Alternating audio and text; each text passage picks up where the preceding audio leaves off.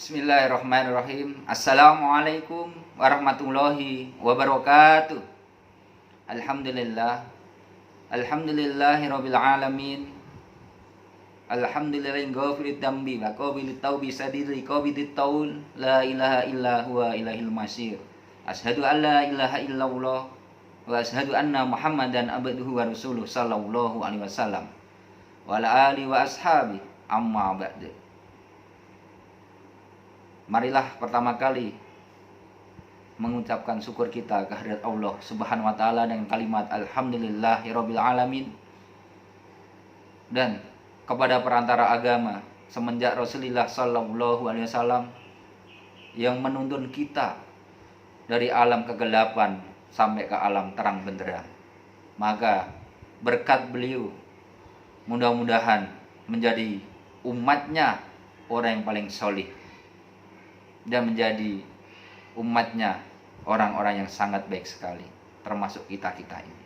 Maka dari itu kita mengucapkan Allahumma sholli ala Muhammad wa ala ali Muhammad.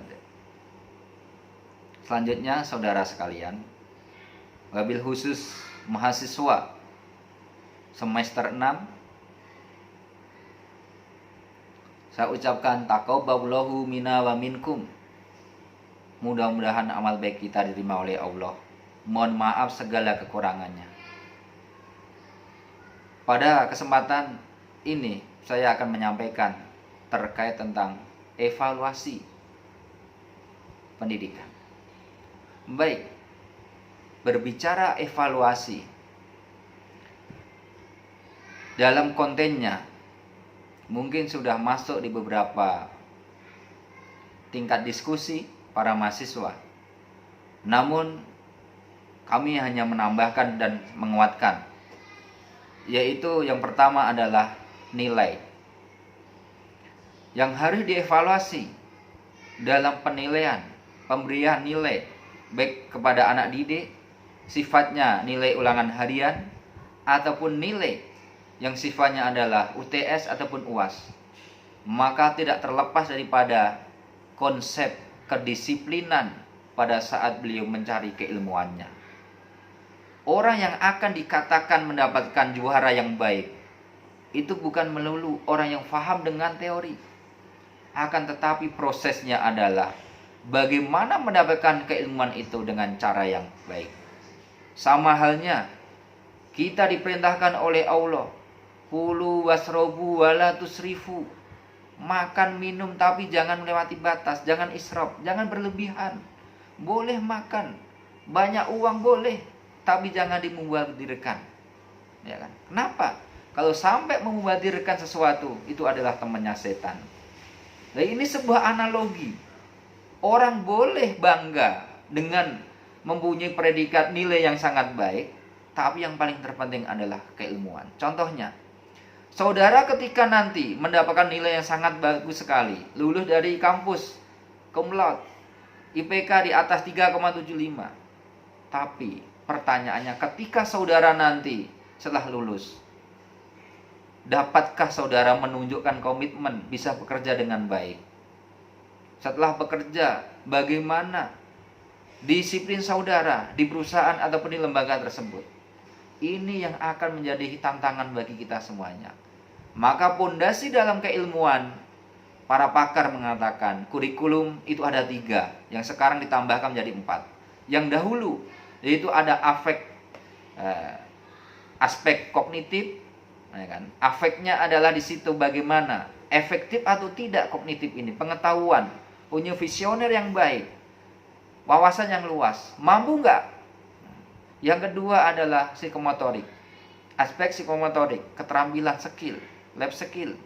Bagaimana seorang itu bisa mengelola dengan cara skill yang baik, kemampuan, bakat, minat yang baik. Yang ketiga adalah afektif. Afektif adalah sikap, perilaku, karakter. Ya kan? Dan ternyata para pakar mengatakan tidak cukup 3. Akhirnya ditambahkan, yaitu religius. Ya kan?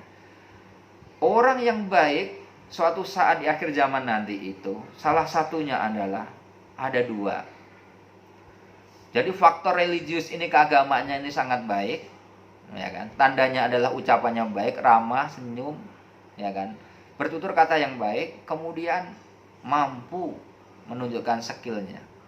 Ya, baik itu ahli mekanik, bekerja pantang semangat, disiplinnya tinggi, jujur, amanah. Inilah yang akan dicari.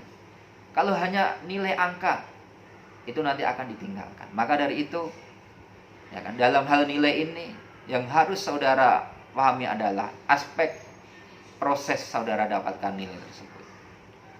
Orang yang hebat tidak luput daripada proses. Ya kan? Proses bagaimana? Proses akan mendapatkan suatu nilai yang baik. Maka prosesnya adalah pengorbanan, banyak perjuangan yang dia lalui. Yang kedua, evaluasi dalam hal ini adalah terkait tentang materi. Ya kan? Di zaman dahulu, buku yang diberikan oleh pihak, ya kan, di situ pendidik, zaman dahulu itu buku bisa dikatakan bisa dikopi, ya kan, tidak perlu beli. Tapi kalau sekarang setiap tahun berganti. Jadi padahal isinya sama, covernya berbeda. Karena apa? Ada unsur bisnis dalam pendidikan. Seyogyanya, ya kan, kita bersama-sama, ya kan, tidak harus banyak mengeluarkan uang untuk mencari keilmuan. Buku apapun bisa dipakai. Apalagi ada seorang guru yang kreatif, ya kan, dia membuat modul, membuat silabus sendiri, kemudian menyatukan menjadikan sebuah teori, ya kan, buku-buku bacaan, referensi, itu bisa, tidak masalah, ya kan. Jadi referensi ini tidak harus melulu beli, tapi bisa saudara dapatkan dengan cara saudara mengumpulkan dari beberapa buku-buku yang tidak bisa dipakai dari perpustakaan-perpustakaan yang ada di tingkat sekolah. Sehingga, ya kan, ini yang akan menjadikan tolak ukur, ya kan, materi.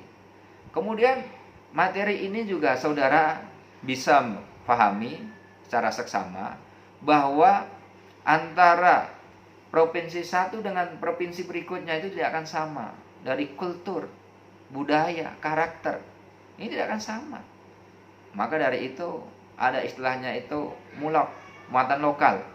Ada Armel, Arab Melayu, ada muloknya di situ, ada bahasa Melayu, ada juga kalau di daerah tempat lain, misalkan mungkin bahasa Sunda, ya kan, bahasa Jawa, ataupun bahasa apapun.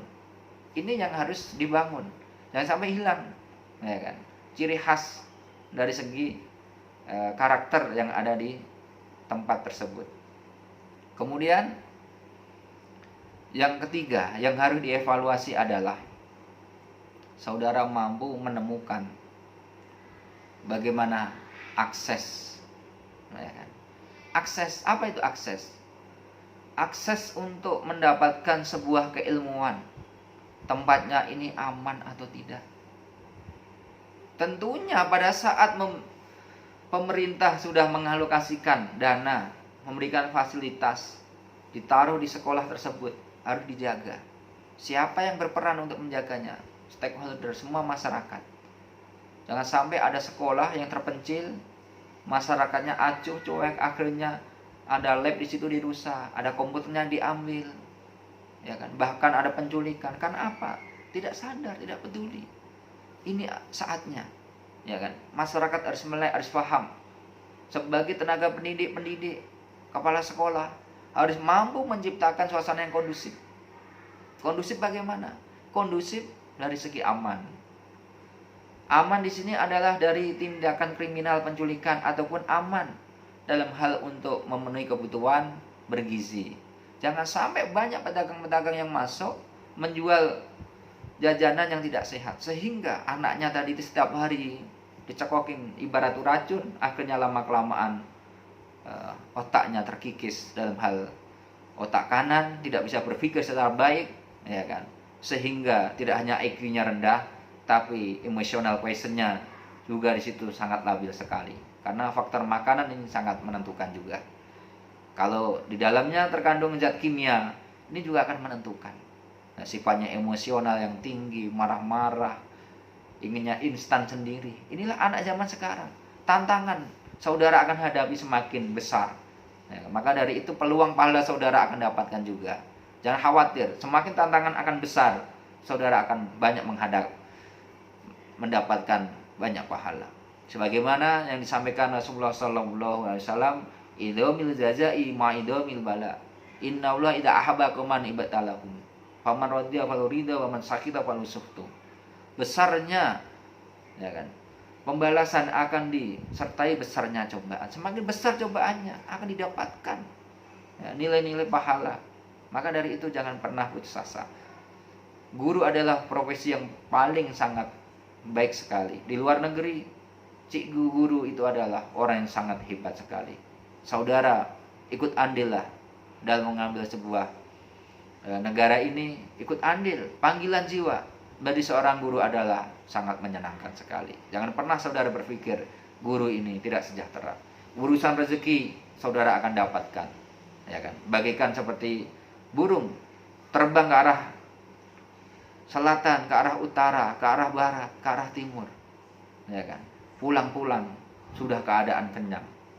Orang yang mau bergerak, ya kan, selama di situ diberikan panca indera yang lengkap, Allah memberikan rezekinya. Saudara jangan pernah khawatir, takut terhadap rezekinya, walaupun menjadi seorang guru. Guru ini adalah pekerjaan yang sangat mulia sekali, baik di sisi masyarakat ataupun di sisi Allah Subhanahu wa taala. Yang selanjutnya, dalam hal evaluasi ini adalah terkait tentang output lulusan. Capaian.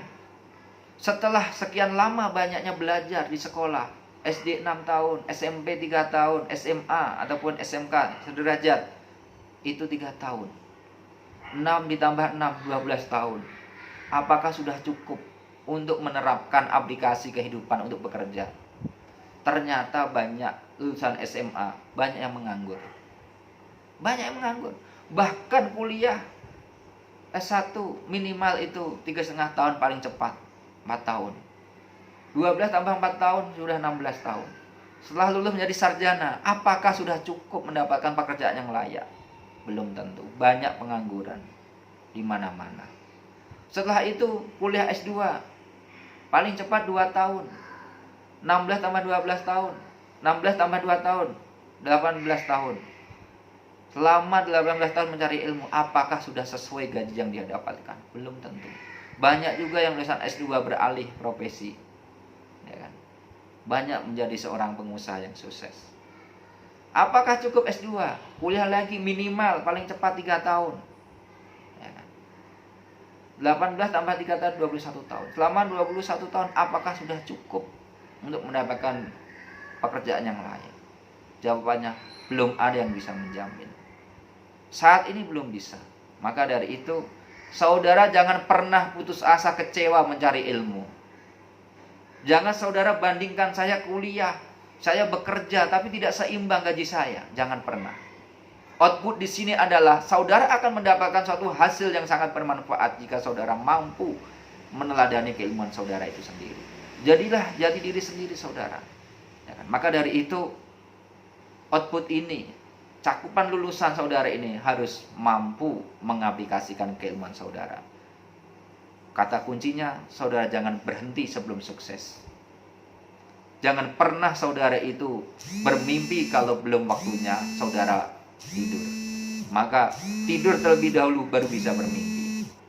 Kesuksesan didapatkan bermacam-macam cara. Akan tetapi komitmen saudara yang akan menyertainya, beserta doa saudara semuanya. Demikian, semoga bermanfaat. Atas perhatiannya saya ucapkan terima kasih. Wabillahi taufiq wal hidayah. Wassalamualaikum warahmatullahi wabarakatuh.